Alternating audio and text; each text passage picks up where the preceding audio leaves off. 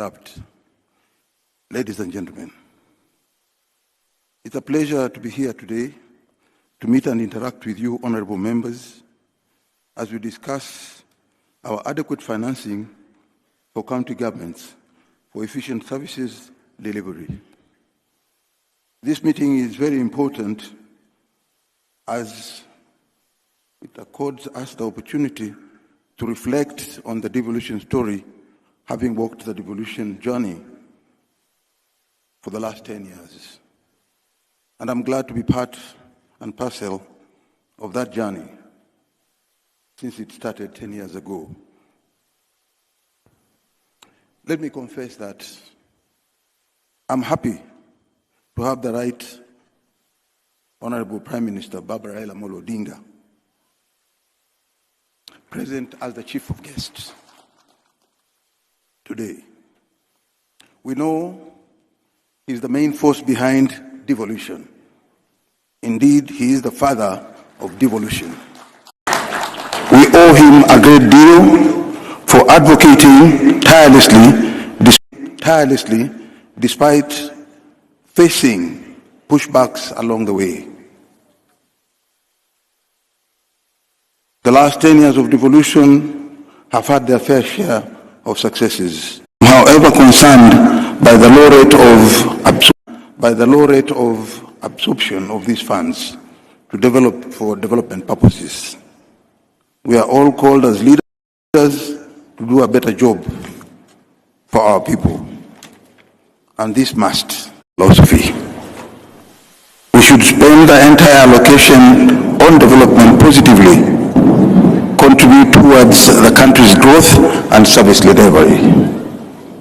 Although devolution has brought some success in bringing government closer to Kenyan citizens and advancing development, evidence shows that corruption is a major challenge affecting most county governments. It is indeed my humble appeal that we should expose corruption and fight it out. In conclusion, I want to emphasize that the spirit of devolution in Kenya is not about two levels, but complementing each other for efficient and effective service delivery to the citizens. I urge my colleagues at the Senate not to abrogate their oversight duty in holding the county governments accountable.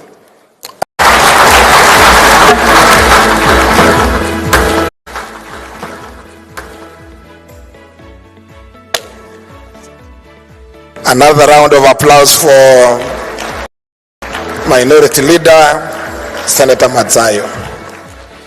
Next, Assembly Majority Leader, Honorable Kimani Ichung'wah, and on his behalf, the remarks will be made by the Deputy Majority Leader, Owen Baya.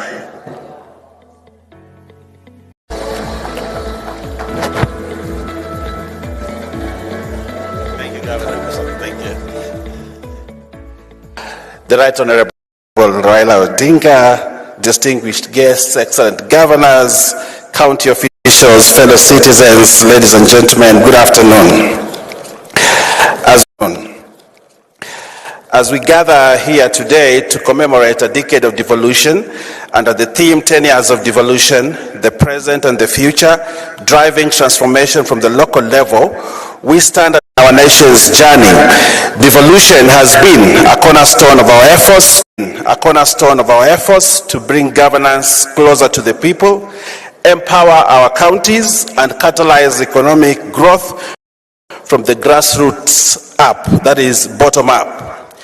It has enabled the circulation of resources and funds at the local level, leading to improved infrastructure, enhanced livelihood. The first time in 10 years of devolution, counties before the closure of the financial year.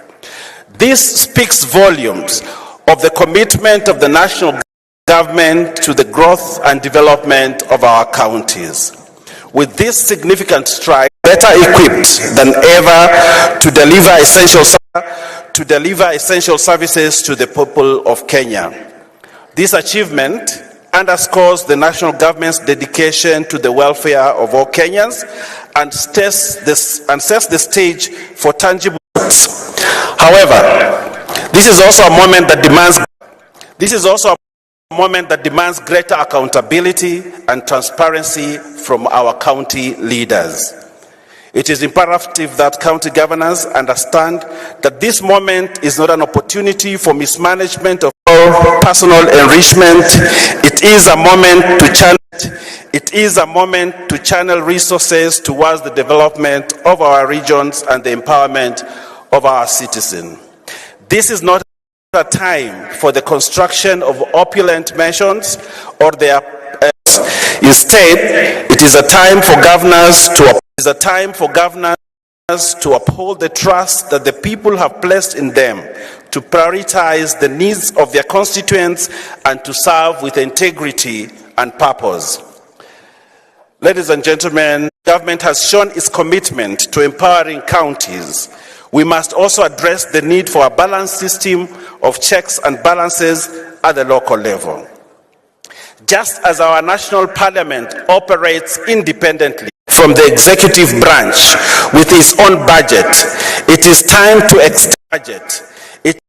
time to extend a similar level of independence to our county assemblies. The initiative to grant county assemblies financial autonomy is a vital step towards the oversight role and ensuring that they can fulfill their mandate without fear or favor. By granting county assemblies financial independence, we empower them to exercise their oversight functions in a robust and impartial way. This independence will enable them to hold the county executives accountable for their actions without succumbing to undue pressure or intimidation. It will also foster an environment where transparent governance thrives, is upheld, and where the people's interests are truly served.